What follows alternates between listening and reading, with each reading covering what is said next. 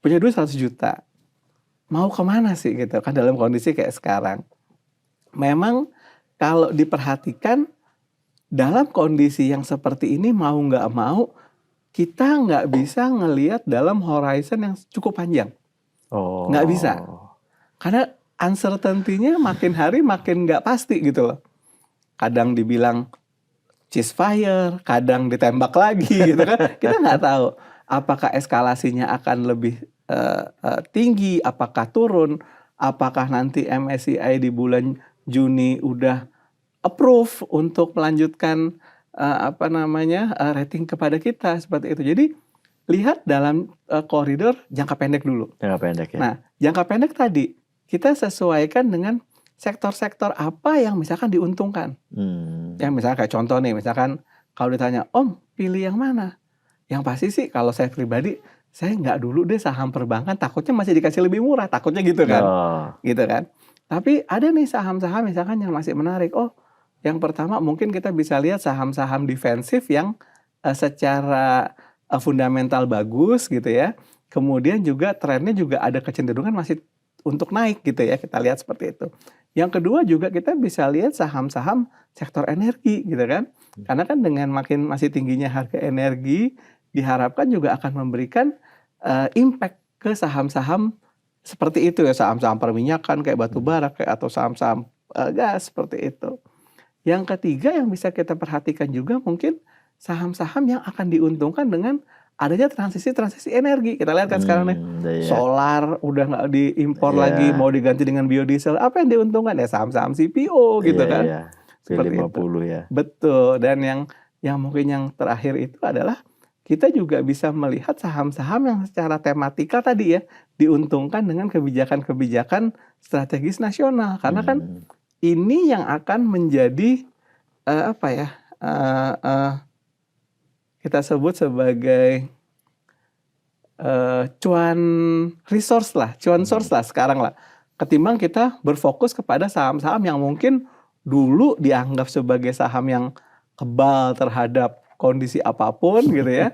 Tapi kok ternyata lama-lama gemeter juga nih. Pegang saham perbankan udah turun 40% dari nilai high-nya gitu kan. Bahkan ada yang bilang katanya, wah ini udah kembali ke harga di level 5 tahun terakhir gitu kan. 5 tahun yang lalu gitu kan. Nah, hal-hal seperti ini yang mungkin perlu mental ya. Makanya perlu dipersiapkan, bedakanlah uang yang dipakai untuk berinvestasi dengan uang yang kita pakai misalnya untuk kebutuhan darurat harian kita. Jadi itu. Intinya uang dingin. Uang dingin. Uang dingin ya. Betul. Itu wajib sih kalau wajib itu. Ya. Itu wajib.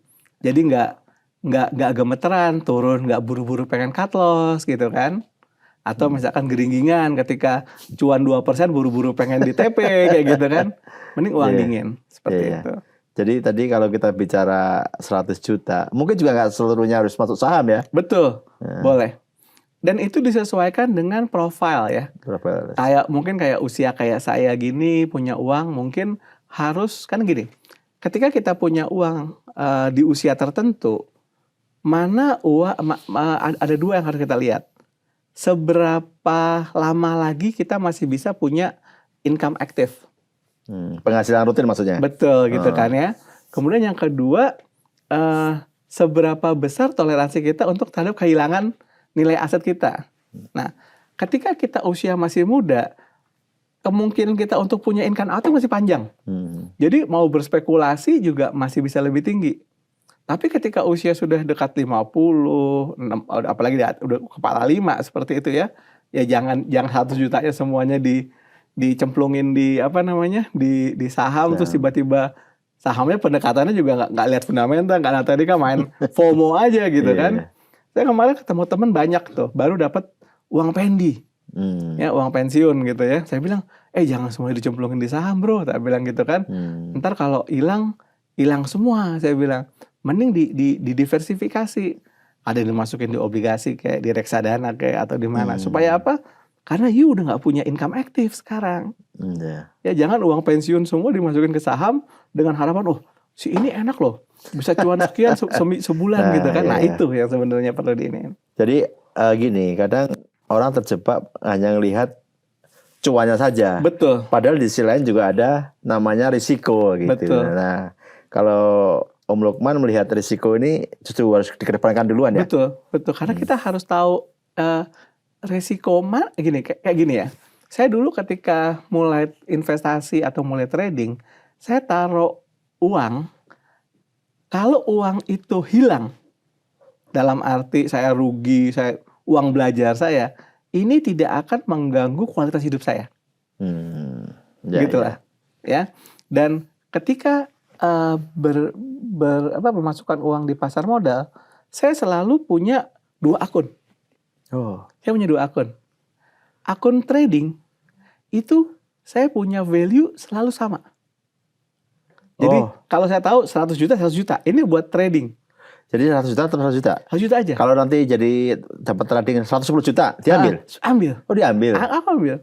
Jadi saya menggunakan uang itu sebagai metode untuk cari income.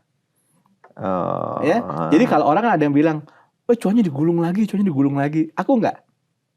Aku tipe orang yang taruh buat trading, nanti akhir bulan aku dilihat growth-nya berapa.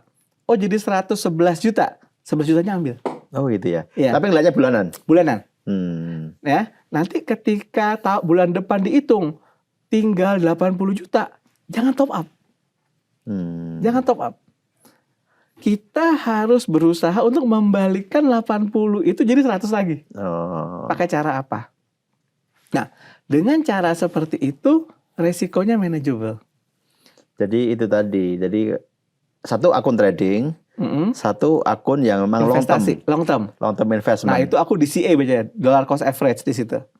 Ada saham ini, misalkan aku punya Astra, punya apa seperti itu. Aku top up. Top up terus, itu top up ya. Top up. Jadi selama perusahaan itu belum mengalami perubahan fundamental, masih top up terus. Ya. Bisa disiplin tuh. Bisa. Enggak tercampur-campur. Waduh, ini kayaknya menarik ini saham yang di akun yang untuk investasi. Udah cuannya lumayan nih. Aku TP aja deh, gitu enggak? Sebenarnya ada juga teori-teori yang bilang seperti ini. Kalau kita bicara tentang ngelihat profit ya, ada yang bilang 15% profit bisa diambil 30%. Ketika nanti ini tinggalin cuannya seperti itu. Tapi secara prinsip di akun investasi itu aku gulung semua sih, karena ini emang tujuannya untuk long term banget. Karena kan itu biasanya tipe-tipe karakter sahamnya tuh ada dividen, seperti itu ya.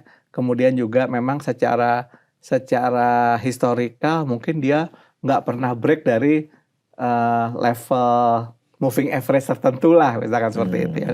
Yang dijadikan sebagai patokan.